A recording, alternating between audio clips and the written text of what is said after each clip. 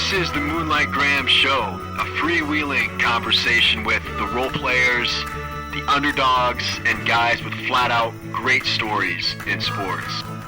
Hello and welcome back to the Moonlight Graham Show. And our Moonlighter for today is one of the greatest shooters in Iowa State basketball history, hailing from La Crosse, Wisconsin. His name is Scott Christopherson. Scotty C won co-Mr. Basketball in the state of Wisconsin back in 2007 and decided to stay in state to play his college basketball at Marquette for Tom Crean. Tom Crean left Marquette for Indiana after Scott's freshman season, and Scotty C decided to transfer to Iowa State, where Fred Hoiberg was coming in, and Scott Christopherson was part of Fred Hoiberg's first three teams at Iowa State. And you can just look back on those records as that program, and Hoiberg was starting to build that program. And if you remember, Christopherson's career ended in the NCAA tournament in that great game against Kentucky, Anthony Davis for Kentucky at the time. And you could really feel Iowa State basketball was pointed and headed in the right direction at that point. Christopherson, a sharpshooter. This guy shot 44% from downtown during his college career. And the reason I wanted to get him on the podcast, not just was he a great role player, great shooter, great Cyclone, but in recent years, this past basketball season, I started noticing that he was doing a lot of color commentary for games with Brent Bloom. He was starting to blog a little bit. He was doing some podcasts. If you follow him on Twitter, you noticed he's doing previews for games. He's doing recaps for games. And I thought he was doing a pretty good job. And then also on Twitter, I noticed that Scott Christopherson's got twin boys at home. And as you probably know, my wife and I, we got twin boys coming in just a couple of months. So I thought not only is this a perfect time to get Scott Christopherson on the podcast to talk about hoops, to talk about shooting, which Iowa State has struggled a little bit this year on, but also to talk about how in the heck do you raise two twin boys at the same time? That is what is going through my head almost every day right now. And who better to talk to than a guy that's got a couple of 5-month-old twin boys at home? And that's what I got coming on the docket just a few months from now. So I think you guys are going to love this one, especially as we are in conference tournament week. The Cyclones play tonight at 8:30. March Madness is here, and I think you guys are going to love this episode. But before we get to our interview, we got to talk about the competition in Kansas City right now because it is tough. And if you're thinking I'm talking about the Big 12 tournament, you are wrong. I'm talking about the housing market. Moonlighters, are you or someone you know moving down to Kansas City? Well, if you are, the one realtor that we trust here on the Moonlight Graham Show and yet you need to be calling is the great Brian Sandvig. As you well know, Brian Sandvig is our producer here on the podcast, and there is not a better residential real estate advisor down in the Kansas City marketplace than Brian Sandvig. So if you are heading down to Kansas City this weekend and you're talking about houses, you're talking about real estate, you're talking about all of the great things in Kansas City, call Brian Sandvig, shoot him a text. Hey, DM us on social media. We'll get you connected with Brian if you can't find him on all the socials, but he is there and he is active, and he is your Kansas City realtor, so give him a call. All right, Scott Christopherson, welcome to the Moonlight Graham Show. I think we're just kind of getting into this before we started recording, but I take it you've never listened to one of our pods before? I've not, right? No. But you shouldn't. You're not alone. I have never listened to a sports podcast in my life prior to this year. So, it's not, you're not alone. What was the first sports podcast that you listened to? Like, what was the one that somebody's like, if you're going to get into it, here's a good place to start? To be honest with you, I really haven't. I have two newborn babies. I still don't really listen to too many. I'll listen to clips and stuff like that of some of the stuff off of Cyclone Fanatic just to see what some of the other folks are doing. But I don't have a sports podcast that I listen to. Obviously, I know like Pat McAfee's got a big one, and I'll see clips off of things like that. But yeah, I don't. I just haven't really had the time. It's been a new experience for me, but as some of my time frees up and I kind of am able to take a deep breath after the season and collect myself a little bit, maybe have a little bit more time, I'll probably try to find a couple to pay a little bit more attention to. I like what you've been doing. as a broadcaster, as a commentator, as a Twitter guy. So let's start talking about this year's current Iowa State team. This is, I feel like, right in your wheelhouse here. And when I see this year's team, they get off to such a hot start. Nobody really knew how this team was going to be. A lot of new pieces, new faces. They get off to this hot start. And then the scouting report gets out on these guys, right? And then all of a sudden, after Christmas break, all of a sudden everybody's seen enough tape on Iowa State. And it's like, well, hey, if you take away some of these things, namely Brockington and Hunter, and you got to make the shooters shoot, it's a different team, especially if those shooters aren't making the shots, right? And so when I see this team, it's like teams are giving Gabe Kalsher and Caleb Grill looks. Those guys are getting looks. And when they're not hitting, it doesn't look pretty for the Iowa State. When they are hitting, they can almost beat anybody. But what's your analysis of this squad and kind of the up and down year that we've seen? Yeah, I thought early on this team was able to, they had a very specific recipe that they were able to win with, namely tons of defensive pressure, just overwhelm, like the Iowa game sticks out, the Creighton game sticks out. Like they just overwhelmed those teams. Those teams had not experienced the pressure that Iowa State was able to put on them. And that was able to kind of get them through their offensive lulls that they would have. But if you watch those games and you pay attention to their half-court execution, you can find pretty significant, pockets of each of those games where they really struggled with those lulls offensively, and they were able to overcome it. They get into conference play, and I agree with you. I think the scouting report got out on them a little bit. And, you're playing against James Akinjo against Baylor. Like, you're not going to overwhelm him and turn him over 8 times.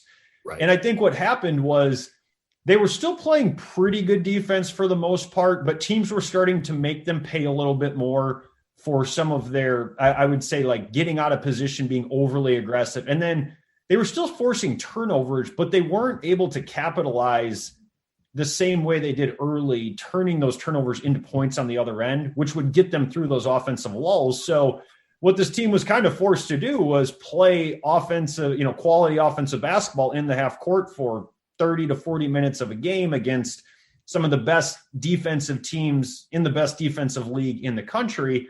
And they really struggled to do that. And I think, we all saw different games, it was different things. Some of the games it might be poor shooting, some games it might be turnovers or a combination of those things. I think what I saw that was the problem is just they really had a hard time creating quality, what I would call like action and quality concepts, where there's a lot of different ways to play the game offensively. There's all different types of offenses you can run. And, I think TJ has got a little bit more of a style. He wants to build the offense around the personnel that he has. And I just think that this team kind of went through a growth period of having to kind of reinvent themselves, where their defense was still there, but they weren't able to turn that into 30 or 40 points a game of offense. And I think what we've seen over the last 3 weeks is them kind of finding themselves offensively, where if you'll notice as the shot making or the shooting percentage has gone up, I would say the quality of the shots has gone up. And I've talked a lot about that. They're doing a lot better job of playing inside out. I think Gabe is getting cleaner looks, higher percentage looks. Caleb, the same thing. Jazz, the same thing. And then I think Isaiah's become much more comfortable being he was the alpha of this team early, but I think it's even gone to another level where he's comfortable shooting 20, 25 shots if he has to win a game. I think you're seeing Tyrese become more and more comfortable as a primary playmaker and playing through mistakes. And so they're spacing the floor better. Those two guys are doing a great job of spearheading the action, getting the ball going downhill, and everybody else is playing inside out off of that. And I think that has allowed them to marry the good defense that they've played, but score 65 or 70 on a consistent basis to be able to win, 4 in a row like we've seen. Yeah, you're right. I mean, it's a totally different game once somebody gets a scouting report on you, you're not turning defense into offense, and all of a sudden you got to play a half-court game, and you got a freshman point guard who's got to create off the dribble. And Brockington, frankly, he just makes a lot of hard shots. I mean, that's been part of it. Like, I mean, if he doesn't make a lot of 16-footers that he's elevating, releasing the ball at over 10 feet, it's a different team. But, it's been interesting to see how the adjustments that they've made both to the rotation and to the offense. And, it's fun now that we're in March and they're still in it, right? They still got a shot.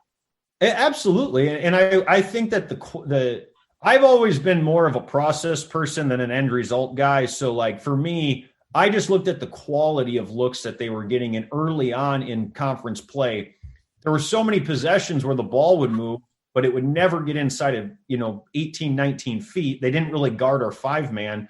And we just kind of played hot potato around the perimeter. And then we get down to 15 seconds and somebody would just kind of take a step back or shoot a out of rhythm 3. And now they're shooting less of those shots. And Isaiah is doing a good job of creating for others, as is Tyrese. And to me, if they are able to play offense that way, there's a lot of teams that they can beat that you might look on paper and say, well, that's a higher seed, or that's a more talented team, or they've got 4 NBA guys. We've got, 1 or maybe 2. But because of the way they guard, the way they play for one another, and the fact that they've been able to now start to get to 65 and 70 on a consistent basis, I just think their margin for error is been increased. When you watch Iowa State, in particular the shooters, and you see guys struggling with confidence. Now, I didn't play college basketball, but I pitched in college, and I know what it looks like when guys are pressing. Yes. You can tell when guys are gripping too tight and they're speeding it up and they're thinking about it, right? You can see it from a mile away, and you've seen that over and over again with Kalsher and Grill at certain times of the season. And when you see that as a shooter, where do you go? Like when you struggle as a shooter and you see other guys struggle, like how do you get out of that part of it? Because, it can be a funk in athletics that you can go out there and you can make 100 in a row in a non-game situation, but it's different in the game, in the flow of the game. And it's tough with confidence sometimes when it escapes you for a little bit. Yeah, I think I'm sure I didn't pitch in college, but I'm sure it's similar from a conceptual standpoint, right? Like if you've got 5 pitches you're wanting to throw and you're not throwing any of them well because you're pressing and you're in your own head, it's like, just get back to the basics, right? Like establish your fastball, hit your spots and get one secondary pitch going. And I think in basketball, for those 2 guys in particular, it's like, you're not shooting well, you're pressing. The offense in general is not – it's hard as a shooter to play well when the offense isn't playing well as a team. So my thought is get back to simplifying the game. Let's not take high degree of difficulty shots. Let's let the game come to us.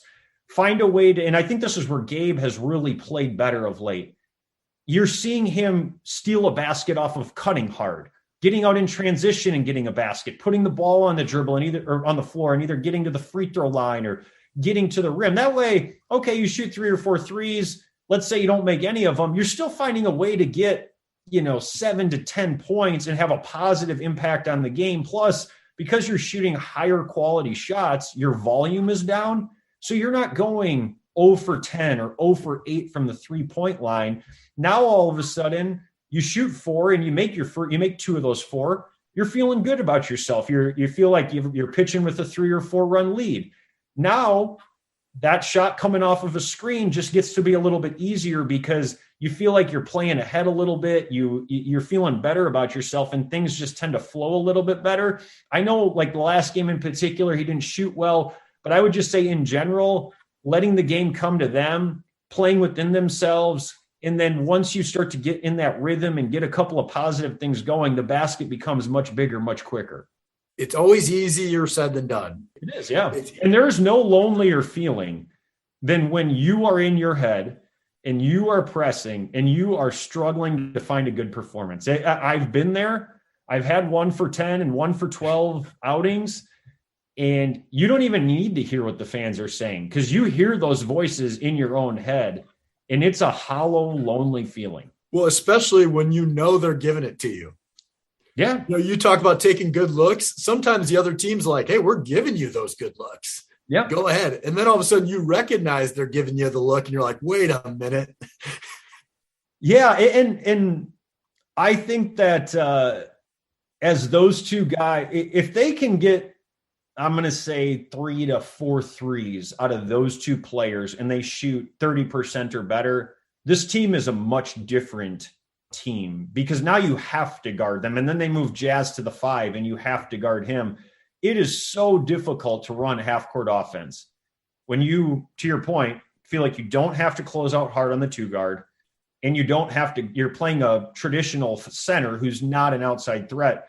With 40% of the players on the floor, we don't really feel like we have to close out to and guard that hard. It makes everybody else's job a lot more difficult.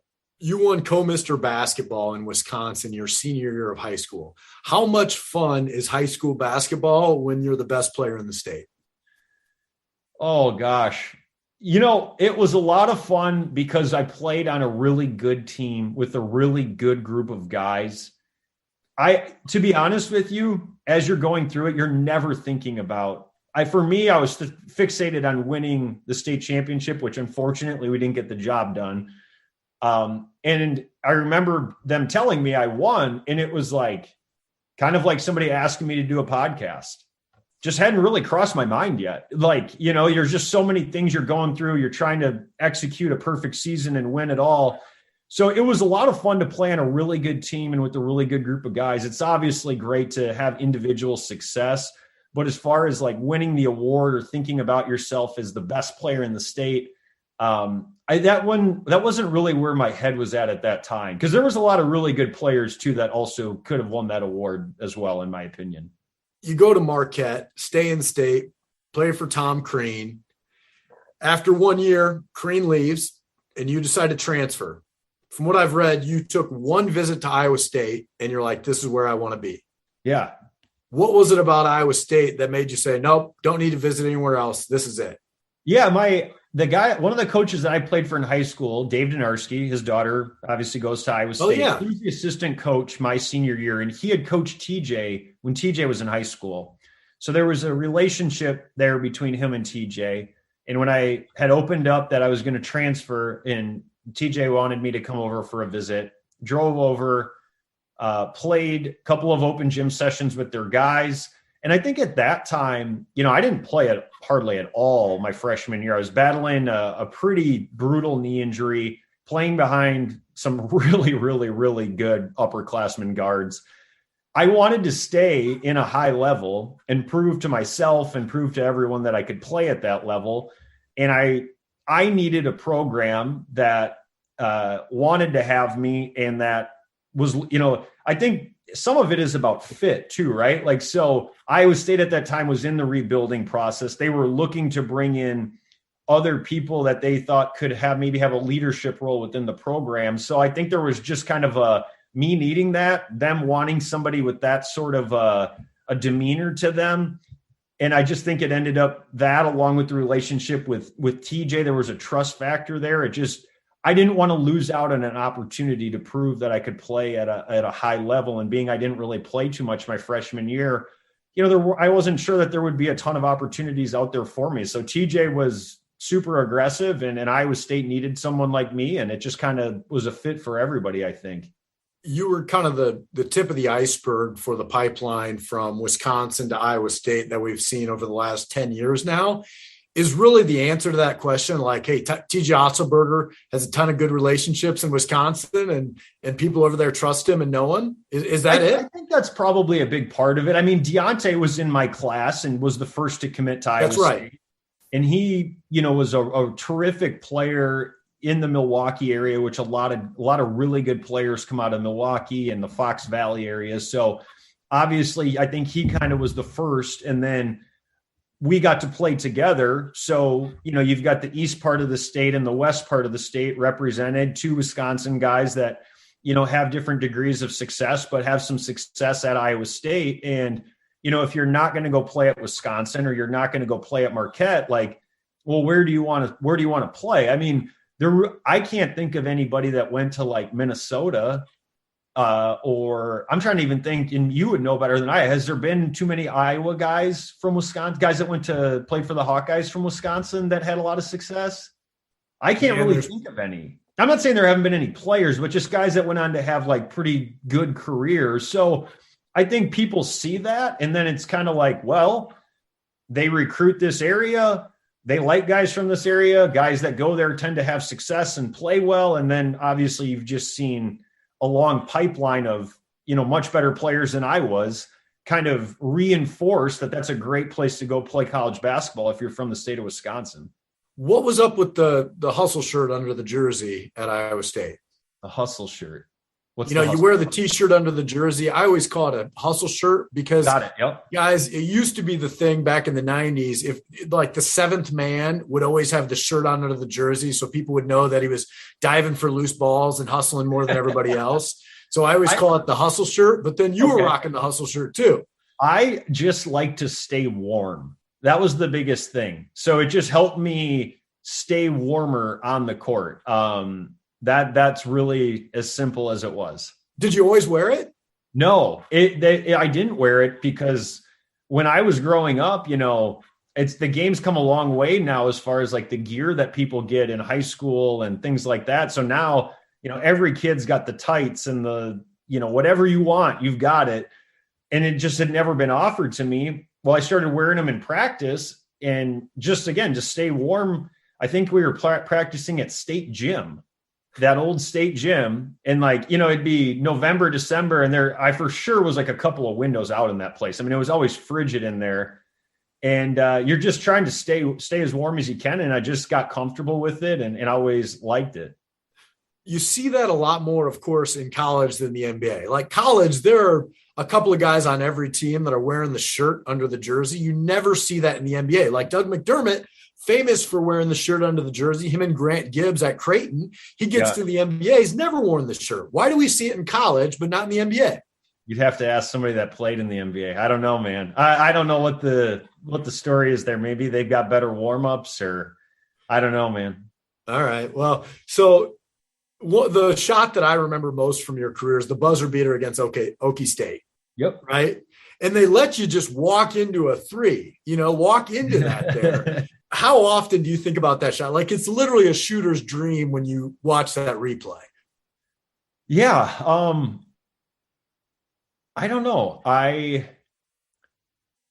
remember the play was not drawn up for me. I forget even who it was drawn up for. It might've been, I'm assuming it was probably Royce, to get the ball and make a play and then try to find a shooter or get a layup himself.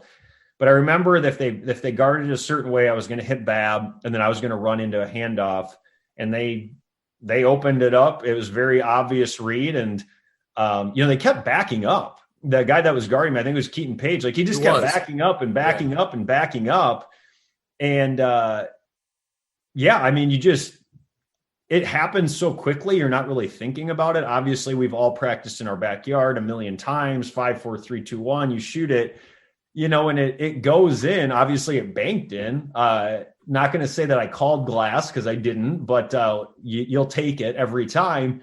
And a fond memory for sure. I mean, I think, again, it's just one of those things like you realize you're pretty lucky looking back on it because not everybody gets to have that moment in a place like Hilton where you even get to take the game winner, let alone make it. So, I think about it from time to time, but I don't know why Oklahoma State guarded it the way they did. So Hoiberg comes to Iowa State, and you were there right at the beginning, and it's kind of mediocre the first 2 years, but you could tell he's getting his guys there. He's building on something, and then the program just takes off, right? Yep. It takes off. Your senior year, you go to the NCAA tournament, you make it to the round of 32, you give Kentucky a good run, and then the program kind of hits a level that we hadn't seen since really the Eustacia era after that. What was it about Hoiberg from being a part of those teams that really made it work at Iowa State? Yeah, I think with him, guys really like playing for him, so he was able to do a great job of recruiting and turning the roster around really quickly, even between his first year there where coming off the McDermott era, a lot of guys left and the cupboard was pretty bare.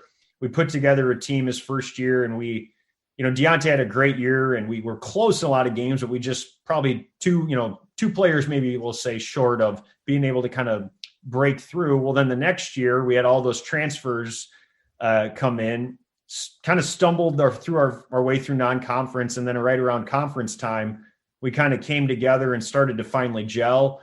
And then I think off of that, he just, look at how many Monte Morris, George Niang, Naz, Matt, and there's a whole other list of players that I'm not mentioning here.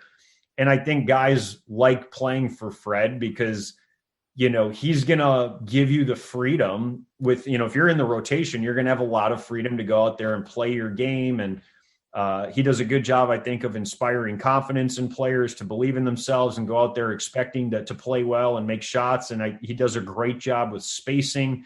And so I just think him being a good offensive mind, being a fun coach to play for, and then him and his staff did a great job of bringing in a lot of talented players that they were able to mold together, and they were able to go on a great run there. Growing up an Iowa State fan, I idolized Fred Hoiberg, and he's just like, he's on a different level for a lot of Cyclone fans just because of who he is, what he meant to that university. Do you guys feel any of that, or is he just your coach? I didn't feel it. I don't know, other guys maybe. I think, again, when you're in those moments, you're thinking about winning games. You're thinking about the next thing. So you're kind of just, I don't want to say in a grind, but you're working and you're trying to chisel away, win as many games as possible. As a player individually, you're trying to grow and progress as much as possible. And he's your coach. It's not lost on you that he was a star there, grew up in the area, played in the NBA, and people obviously loved him as the Iowa State coach, but I wouldn't say that there was kind of like a celebrity aura around him as a player that you picked up on. At least I didn't. He's a pretty mellow, approachable person. It's not like he carried himself like a celebrity. You know what I mean? Why isn't it working for him in Nebraska? Because it's been really bad there. Okay, yeah. Like Tim Miles, all of a sudden, you look at the Tim Miles Nebraska, you're like, hey, he was doing a pretty good job over there compared to Fred. And I love Fred, but the numbers are just terrible. Yeah.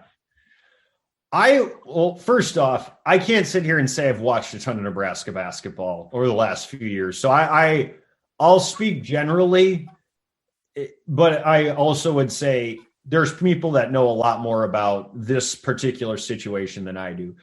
I think that Fred's offensive system, when you have a leader like a Melvin or a George, a guy who's a great basketball player, but also a great leader and a great teammate, because Fred's going to give you a lot of freedom, right? On the court. He's not a micromanager. He's not going to berate you at practice and cuss you out.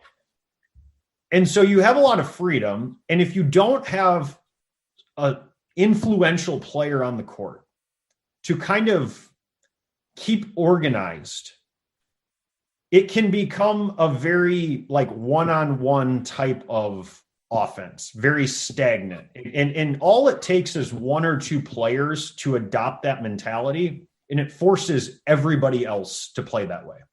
My senior year is a perfect example. If you watch us, up until the Iowa game, we were a one-on-one, we're going to try to out-talent you, like NBA ISO type of team. And we stunk. We did.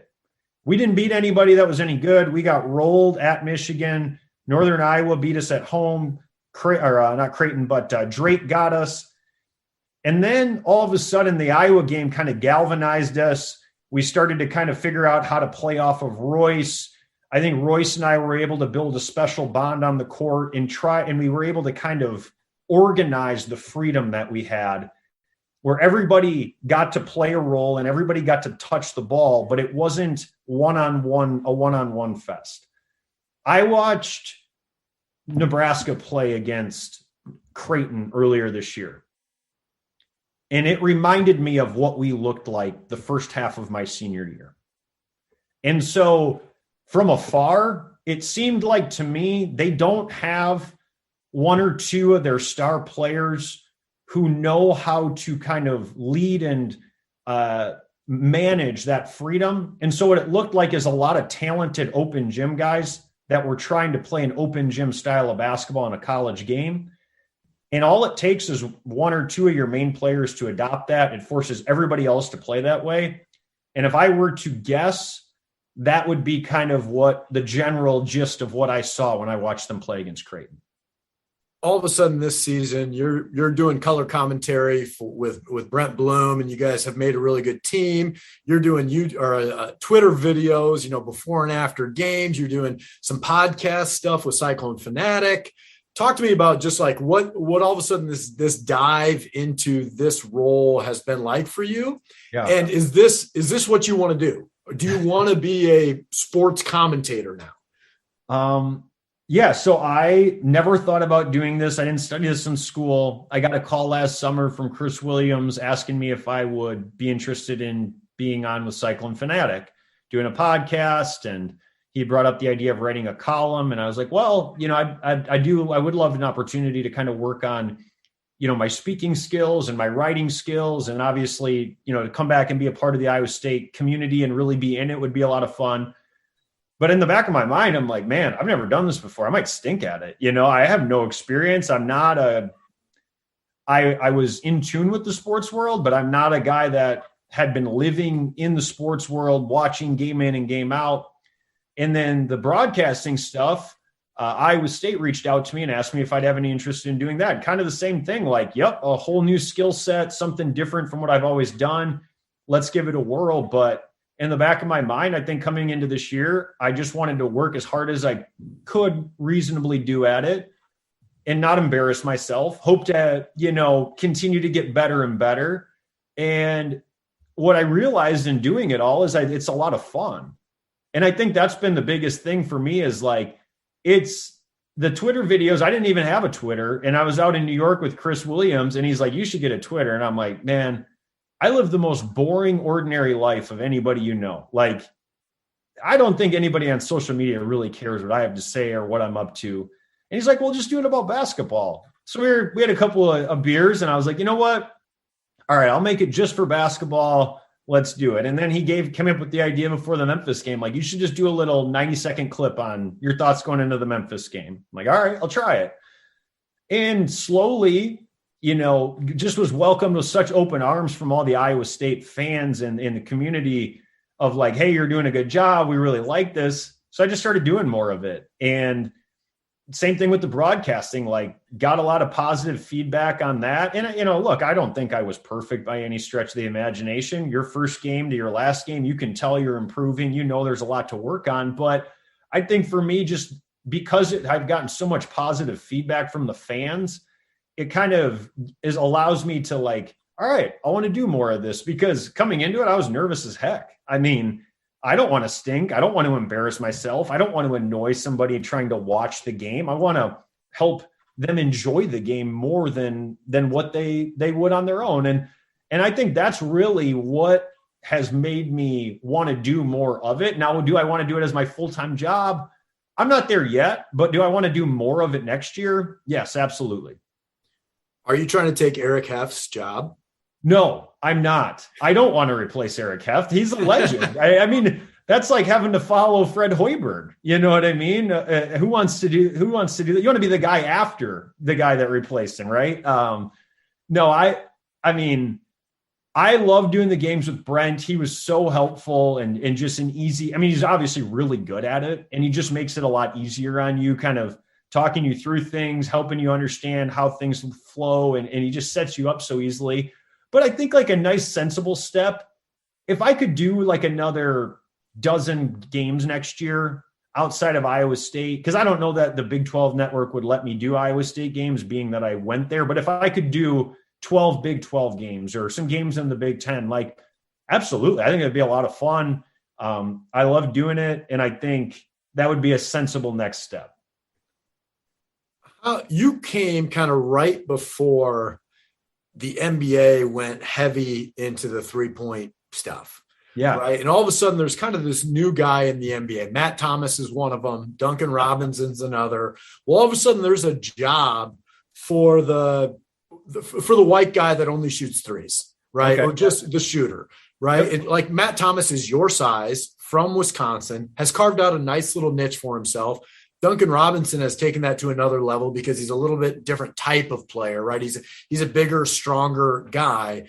But do you ever think to yourself, like, man, in a different world, if I came back 5 years later, I might have had a shot to maybe carve out an NBA tryout or two.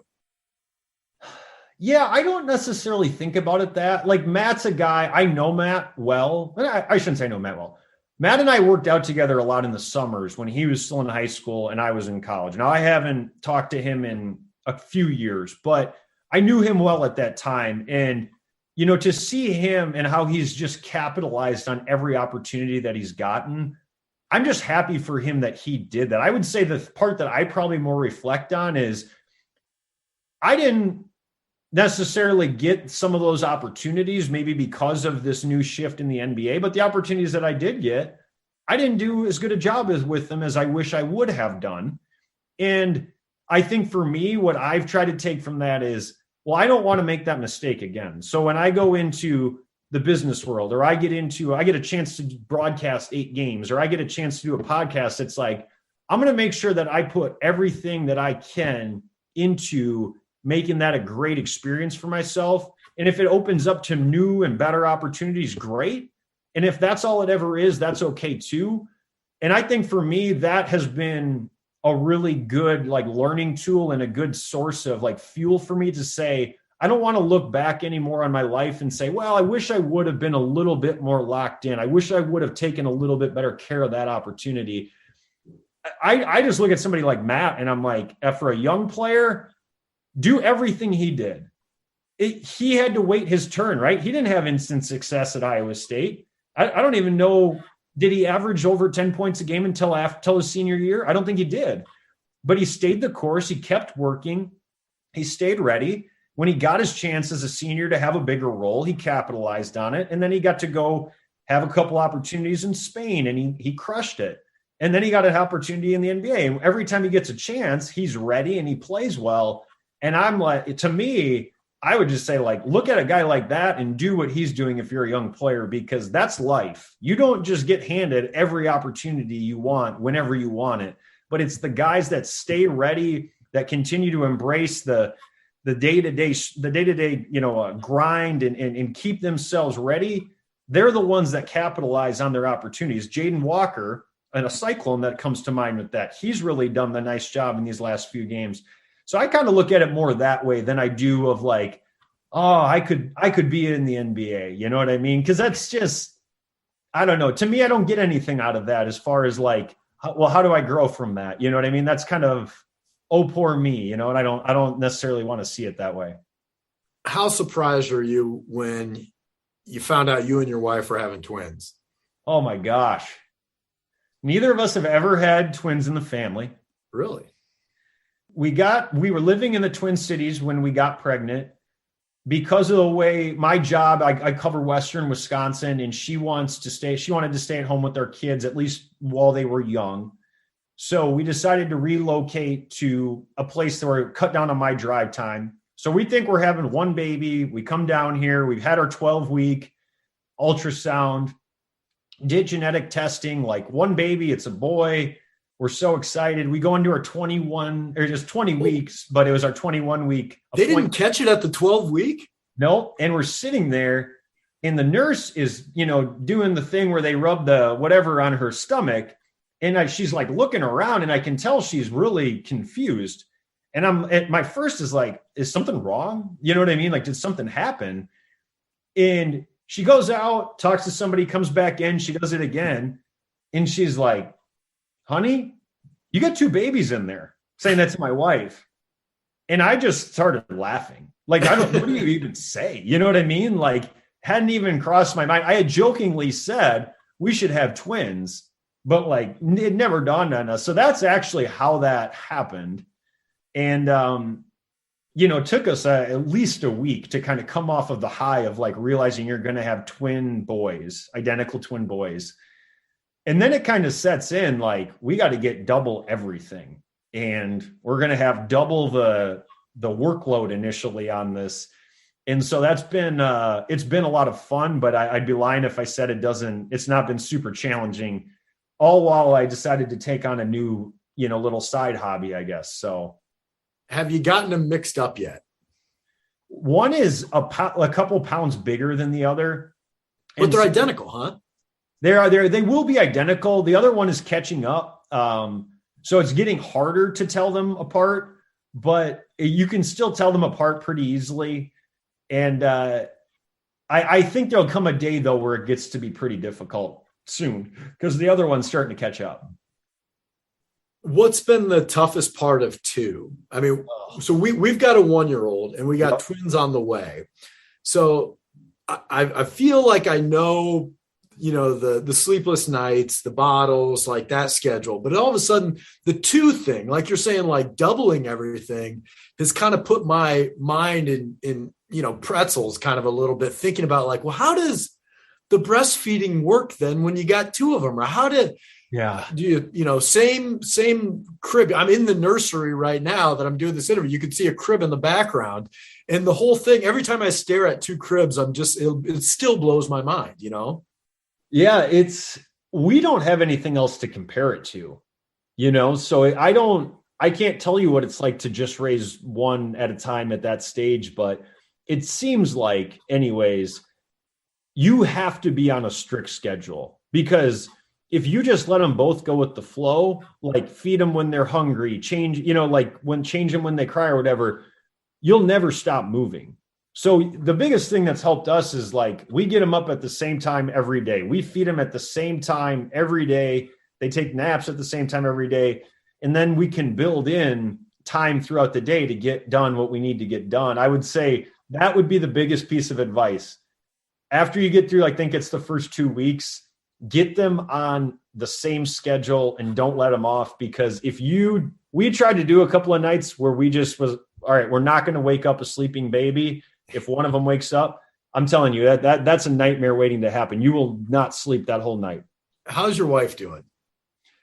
She's doing well. I mean, I think this has been obviously challenging for her. She has it much worse than I do because, she has to do the breastfeeding and the pumping and all of that stuff. So she's hanging in there, and now she's getting to be where she can go back out and, practice yoga and getting to get out of the house some and getting a break from being at home with them.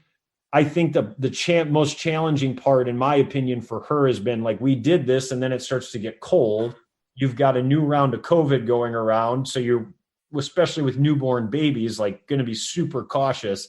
So we've kind of been in a really pretty strict lockdown as far as it's cold. You're not able to go on walks.